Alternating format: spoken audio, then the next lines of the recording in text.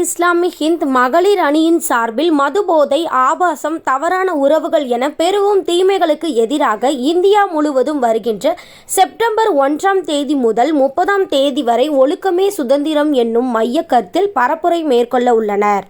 இது தொடர்பான செய்தியாளர் சந்திப்பு இன்று திருச்சியில் நடைபெற்றது. அதில் கலந்து கொண்டு பேசிய ஒழுக்கமே சுதந்திரம் பரப்புரையின் மாநில ஒருங்கிணைப்பாளர் மும்தாஜ், இந்தியாவில் பள்ளி மாணவர்கள் தொடங்கி ஆண் பெண் வேறுபாடின்றி மது அருந்தி வருகின்றனர். இதனால் நோய்கள் ஒரு பக்கம் அதிகரிக்கிறது.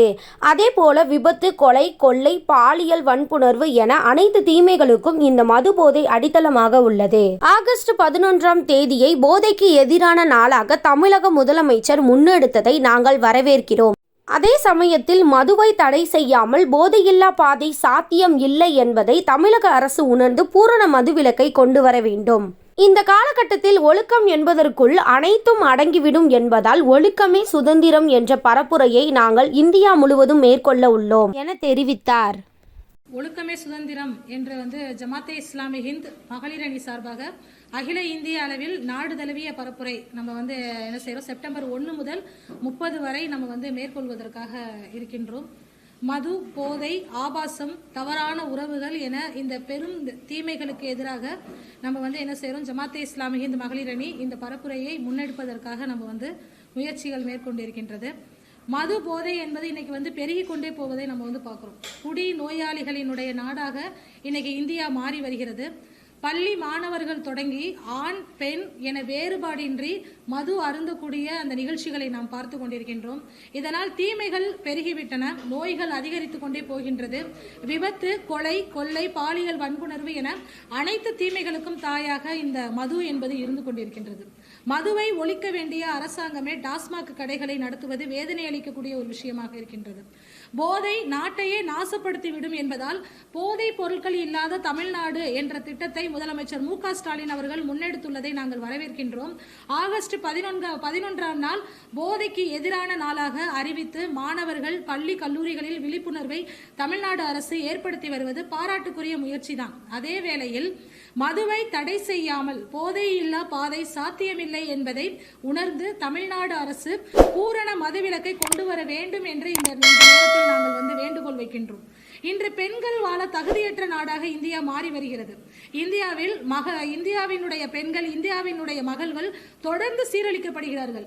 டெல்லியில் 2012ஆம் ஆண்டு ஓடும் பேருந்தில் 22 வயது மருத்துவ மாணவி கூட்டு பாலியல் வன்புணர்வு செய்யப்பட்டதை அடுத்து பாலியல் வன்முறைக்கு எதிரான சட்டங்கள் இந்தியாவில் கடுமையாக்கப்பட்டன. ஆனாலும் பாலியல் வன்புணர்வு வழக்குகள் பதிவு செய்யப்படுவது என்பது இன்னும் அதிகரித்துள்ளதை நாம் பார்த்து கொண்டிருக்கின்றோம். இந்தியாவில் தினமும் 90 பாலியல் வன்புணர்வுகள் நிகழ்வதாகவும் ஆண்டுதோறும் 32,000 பாலியல் வன்புணர்வு வழக்குகள் பதிவதாக ஒன்றிய அரசினுடைய தேசிய குற்ற ஆவண காப்பகம் தெரிவிக்கின்றது. ஹத்ராஸ் பட்டியலின பெண் கூட்டு பாலியல் வன்கொடுமை கொலை, அதே மாதிரி உன்னாவில் சிறுமி பாலியல் வன்கொடுமை கொலை, கதுவாவில் 8 வயது ஆசிபா கூட்டு பாலியல் வன்கொடுமை கொலை, இப்போது கொல்கத்தாவினுடைய அந்த பயிற்சி மருத்துவர் பாலியல் வன்புணர்வு படுகொலை என இந்த கொடூரங்கள் தொடர்ந்து அரங்கேறி கொண்டே வருவதை நம்ம பார்த்து கொண்டிருக்கின்றோம். அதே நேரத்தில் குற்றவாளிகள் இந்த குற்றங்களுக்கெல்லாம் என்னது, அவர்கள் தண்டனை கொடுக்கப்படாமல் அவர்களுக்கு நீதி நமக்கு நீதி கிடைக்காமல் என்பது அந்த ஒரு காணல் நீராகவே இருந்து கொண்டிருக்கின்றது. சட்டங்கள் கடுமையாக்கப்பட்டாலுமே கூட சிந்தனை மாற்றமும் இரையச்சமும் பெண்களினுடைய பாதுகாப்பை என்ன செய்யும், சிந்தனை மாற்றம் தான் உறுதி செய்யக்கூடியதாக இருக்கின்றது. ஒருபால் உறவு, கள்ள உறவுகள், திருமணம் ஆகாமலேயே சேர்ந்து வாழ்தல் போன்ற அந்த இழி செயல்கள் இன்று பெருகி வருவதை நம்ம பார்க்க முடிகிறது. இது வருங்கால தலைமுறையையே நாசப்படுத்திவிடும். இந்த கேடுகட்ட செயல்கள் தடுத்து நிறுத்தப்பட வேண்டும். ஒழுக்க மாண்புள்ள சமுதாயத்தை அனைவரும் ஒன்றிணைந்து உருவாக்க வேண்டும்.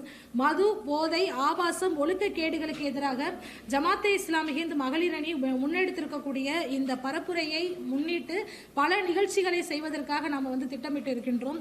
மாநில அளவில் அரங்க பொதுக்கூட்டங்கள், அதே போல திருச்சி அளவிலையும் என்ன செய்யுது நடக்கக்கூடியதாக இருக்கிறது. அதே போல பள்ளி, கல்லூரி மாணவர்கள், ஆசிரியர்கள், பெற்றோர்களினுடைய சந்திப்பு நிகழ்ச்சிகள், வீதிதோறும் ஒவ்வொரு வீடுதோறுமே என்ன அப்படின்னா இந்த செய்தியை கொண்டு போய் சேர்க்கக்கூடிய அளவிற்கு சிறிய சிறிய தேநீர் அமர்வுகள், அதே போல மிக பிரம்மாண்டமாக இந்த திருச்சியே என்ன அப்படின்னா திருச்சி அளவில் வந்து விழிப்புணர்வு ஏற்படுத்த வேண்டும் என்கிற அடிப்படையில் மிக பிரமாண்டமாக இங்கே இது செப்டம்பர் 14 அன்னைக்குன்னு மனித சங்கிலி நம்மளுடைய போஸ்ட் ஆஃபீஸில் வந்து இருந்து நம்ம வந்து சென்ட்ரல் வரைக்கும் வந்து எனது திட்டமிட்டிருக்கின்றோம். அதே போல் 29ஆம் தேதி தேவர் ஹாலில் வந்து என்ன செஞ்சுருக்கோம், நிகழ்ச்சி மிகப்பெரிய ஒரு அரங்கு கூட்டம் வந்து செய்வதற்காக திட்டமிடப்பட்டிருக்கின்றது. இது எல்லாமே வந்து என்ன அப்படின்னா, இது பெண்கள் இந்த பரப்புரையை வந்து முன்னெடுக்கிறதுனால இது வந்து பெண்களுக்கான பரப்புரை கிடையாது. அதே மாதிரி முஸ்லீம் பெண்கள் முன்னெடுப்பதனால இது முஸ்லீம்களுக்கான பரப்புரையும் கிடையாது. ஒட்டுமொத்தமாக மனித குலம் அனைத்தையுமே வந்து என்ன அப்படின்னா இந்த பரப்புரையின் வாயிலாக நம்ம வந்து அழைக்கக்கூடியவர்களாக இருக்கிறோம். நேர்மறை சிந்தனை கொண்டவர்கள் அனைவருமே வந்து என்ன அப்படின்னா இந்த பரப்புரையில் ஒன்றிணையக்கூடியவர்களாக இருக்க வேண்டும் என்று இந்த இடத்துல வந்து நாம் வந்து என்ன செய்கிறோம், நாம் வந்து வேண்டுகோள் விடுக்கின்றோம்.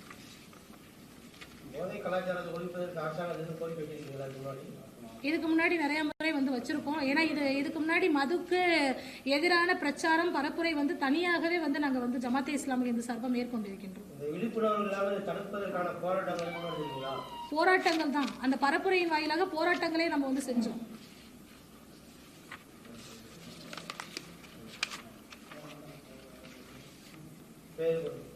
மும்தாஜ் பேகம் மாநில ஒருங்கிணைப்பாளர், இந்த பரப்புரையினுடைய மாநில ஒருங்கிணைப்பாளர்.